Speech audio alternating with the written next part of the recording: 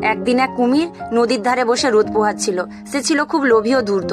হঠাৎ সে দেখতে পেল এক শেয়াল নদীর পাশে হাঁটছে। কুমির মনে মনে ভাবলো, এই শেয়ালকে ফাঁকি দিয়ে যদি ধরে ফেলতে পারি তাহলে ভালো একটা খাবার হবে। কুমির মাটিতে শুয়ে পড়লো আর নিজেকে মৃত বলে অভিনয় করতে লাগলো। শেয়াল দূর থেকে কুমিরকে দেখে ভাবলো, এটা কি সত্যি মরে গেছে? সে একটু কাছে গিয়ে সাবধানে দেখলো। শেয়াল ছিল খুব বুদ্ধিমান। সে কুমিরকে পরীক্ষা করার জন্য বলল, আহা, এত বড় কুমির মরে গেছে, এটা তো খুব দুঃখের কথা। ঠিক আছে, আমি একটু হাত দিয়ে দেখব, যদি না নড়ে তবেই বুঝবো মরে গেছে।